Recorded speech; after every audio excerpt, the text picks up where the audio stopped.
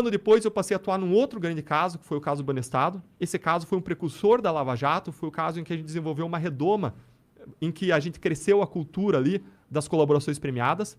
A gente fez coisa aí de 17, a coisa de colaboração premiada. Quem que teve essa ideia de colaboração premiada? Por que vocês estavam quente nessa ideia? Então, era um pessoal jovem que estava lá no caso do Banestado, era eu, o Carlos Fernando, Vladimir Aras, o Orlando Martello, o Januário Paludo, pessoas inspiradas pelo direito americano e que queriam fazer a diferença e queriam fazer a coisa certa. E o que a gente percebeu? A gente percebeu que tinha uma lei que tinha criado a possibilidade de uma colaboração e no exemplo norte-americano, isso eram contratos clausulados, a colaboração. Isso para proteger mais a sociedade, o Estado em relação à colaboração. E o que a gente percebeu? Que aquilo nos abria a possibilidade de a gente expandir exponencialmente as nossas investigações. Porque você pegava um doleiro, fazia um cerco probatório, conseguia... O cara estava fazendo operações milionárias. Você tinha razões para prender ele. Razões de interesse público, razões legais para prender ele. Você prendia o cara. E você abria a possibilidade, e os advogados abriam a possibilidade para ele, dele colaborar com a justiça, entregar outros 10 doleiros e receber uma redução da pena. E aí ele vinha e colaborava. Aí você pegava aqueles 10. Aí um deles queria colaborar. E você pegava outros 10. E, gente, a gente expandiu aquele caso. A gente acusou mais de 680 pessoas. Caralho! Foi um dos poucos casos que foi uma ilha de justiça no mar de impunidade brasileira. Por quê? Porque a gente desenvolveu, a gente fez o primeiro acordo escrito e clausulado da história do país no caso do Banestado. Sério? Quem que passou essa lei?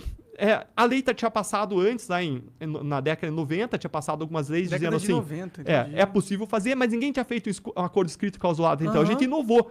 Não só inovou aí, mas inovou nas cooperações internacionais. A gente pediu a colaboração de outros países, a gente fez 180 pedidos de cooperação internacional. Nunca tinha sido feito nada parecido também. E é por isso que vocês são ligados a agentes da CIA. Cara, aí, cara. Descobriu a gente agora. Nos pegou agora. Tem gente que fala isso pra caralho, imagina. Cara, tem gente que fala, cara, mas essa é daquelas asneiras, aquelas Mas é por causa bobeiras disso, dessas colaborações internacionais? Exato, mas por que existe a cooperação internacional? Porque o cara que paga ou recebe propina, ele usa lavadores de dinheiro profissionais que movimentam o dinheiro no exterior. Movimentam o dinheiro fora do país. Então você pega lá a conta de Eduardo Cunha, estava em nome de uma empresa offshore, que é uma empresa que se compra pela internet, do Panamá, do Uruguai. Ele era o procurador dessa empresa, ele era o que a gente chama de proprietário beneficiário, ele era o real controlador, quem fazia a movimentação financeira, mas a conta estava lá na Suíça, aberta em nome de uma empresa offshore, e ele era o controlador, ele ou alguém da família dele. E para eu ter prova da corrupção, do pagamento da propina, eu preciso conseguir a documentação dessa conta. Preciso os documentos de abertura para mostrar que é dele e preciso os documentos do dinheiro entrando e de onde que veio. Que veio de uma Odebrecht, veio de uma Andrade Gutierrez, veio de alguém pagando propina. Alguém que não poderia estar fazendo aquele pagamento. E aí o dinheiro veio, sei lá, de Mônaco. Então eu preciso cooperar com o Mônaco e preciso obter os documentos de abertura da conta, os extratos bancários, os documentos de pagamento para fechar a prova e ter uma acusação robusta contra aquela pessoa. E a gente fez muito isso. E foi fácil chegar nessas organizações internacionais? Como que vocês obtiveram acesso? O que a gente fez? A gente fez algo, de novo, inovador. Veja que, no caso do Banestado, foram 180 e poucos. Na Lava Jato, a gente fez mais de 700 pedidos de cooperação internacional, em relação a mais de 60 países. Porque eles construíram uma teia. Veja que só uma empresa, a Odebrecht, ela corrompeu pessoas em 12 países diferentes. 12 países. Lembra aquela ideia que o cara só sabe ganhar pagando propina? Cara, ela corrompia em 12 países. Onde ela estava corrompendo. E ela lavou o dinheiro em 10 diferentes países. Então, para você... 10 outros diferentes desses 12, tá? Nossa, então, esse esquema é difícil de pegar. Cara, pra você montar esse quebra-cabeça... Tem que dar isso pros caras, né? Altamente complexo, cara, internacional. E pra você montar esse quebra-cabeça, você precisa, então, da cooperação de 22 países. 22 países. E o que a gente fez? A gente estabeleceu relação próxima com os países. E como que você faz um pedido de cooperação? Você faz via carta, uma carta que passa pelo Ministério da Justiça, e a resposta vem via Ministério da Justiça. Mas a gente não se restringia a isso. Por quê? Porque todos os organismos nacionais e internacionais recomendam que você, em paralelo a essas cartas, você faça contatos. A gente não está mais na idade da pedra. Claro, hoje você quer que o negócio social, funcione. né? Exato, você liga pro cara e você diz, olha, tô mandando esse pedido, tem isso, você faz reunião, você pergunta, você esclarece, fala quem quer quem do caso, e você convence o cara a dar prioridade. E a gente foi pra Suíça várias vezes, a gente convenceu eles a montar um time para nos atender. E a Suíça montou um time só para nos atender, porque as contas lá tinha assim, centenas e centenas de milhões de dólares de propinas lá na Suíça. Eles falam, foram bloqueados. Esse caso aqui é absurdo, meu Deus do céu, não tem como a gente ignorar essa porra, não. Cara, exatamente, foi revolucionário, inclusive para os suíços, e a gente estabeleceu um nível de cooperação excelente. Então a gente mandava as cartas, passava para o Ministério da Justiça e a gente fazia uma série de reuniões.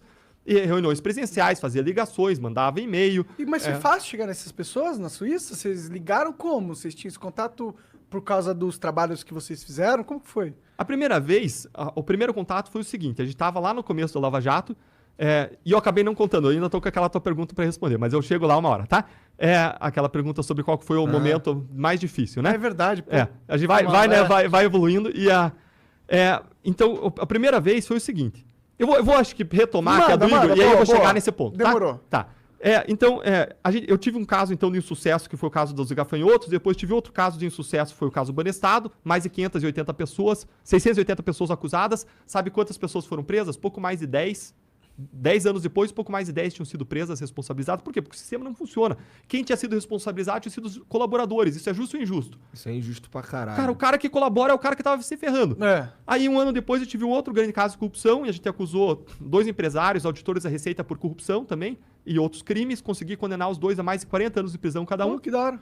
Cara, super legal, né? Sim. Mas sabe se eles foram punidos? Não foram, porque 10 anos depois, dos meus 3 casos criminais, um foi anulado. O Superior Tribunal de Justiça adotou uma tese nova que nunca adotou na história, que a interceptação telefônica não podia passar de 30 dias. Nenhum outro tribunal jamais decidiu isso, STJ, STF, e adotou essa tese nova, anulou um dos casos. E os outros 2 acabaram em prescrição. Deltan, mas você não monitorou esses casos. Monitorei. Mandava cartinha para os desembargadores. Cartinha para os ministros, dizendo, esse caso vai prescrever, tem dinheiro bloqueado no exterior. Pelo amor de Deus, dá atenção para esse caso, faz ele tramitar celeremente. E sabe onde que ele prescreveu? No STJ, ainda tinha um degrau ainda do sistema. Gente, não tem como funcionar. Caso Marca Fonte Sidan, prescreveu. Caso Propino Duto, de 2003, 30 milhões de dólares de auditores fiscais bloqueados na Suíça. Corrupção prescreveu. O nosso sistema é feito para não funcionar. E olha que falou-se pra caralho do propinoduto. Pra caramba, cara, pra caramba. E prescreveu, cara. E prescrição significa impunidade plena. Nossa, isso impunidade plena. Essa é a regra no Brasil. Enquanto a gente não vencer esse problema, a gente não vence a grande corrupção.